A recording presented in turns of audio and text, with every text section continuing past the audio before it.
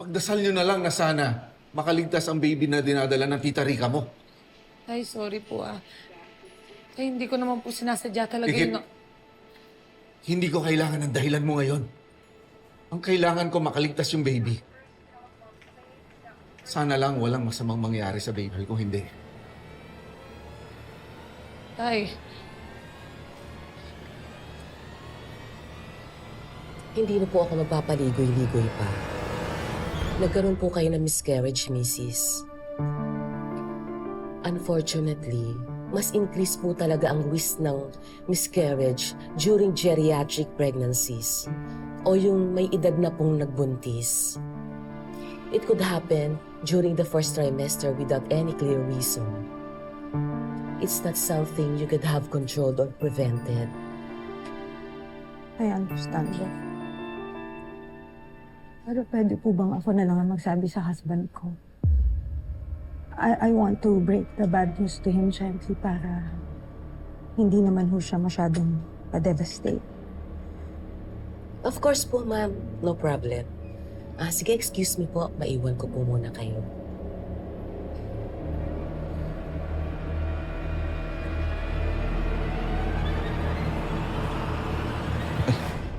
Dok, kamusta po ang asawa ko?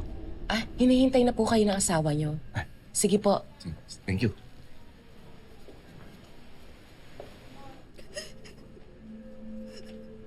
Mahal, bakit? Kamusta ang pakiramdam mo? Mahal. Ano sabi ni Doc? Ano nangyari? wala din yung baby natin, mahal. Nakunan daw ako, sabi ni Doc. Hindi. Hindi.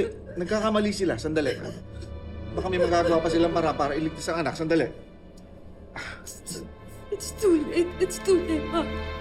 It's too... There's nothing they can do.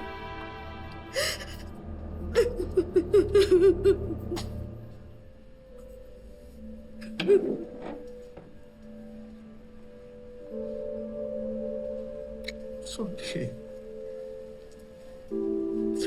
Sorry, Mahal. Sorry, hindi ko kayo naproteksyonan. Sorry.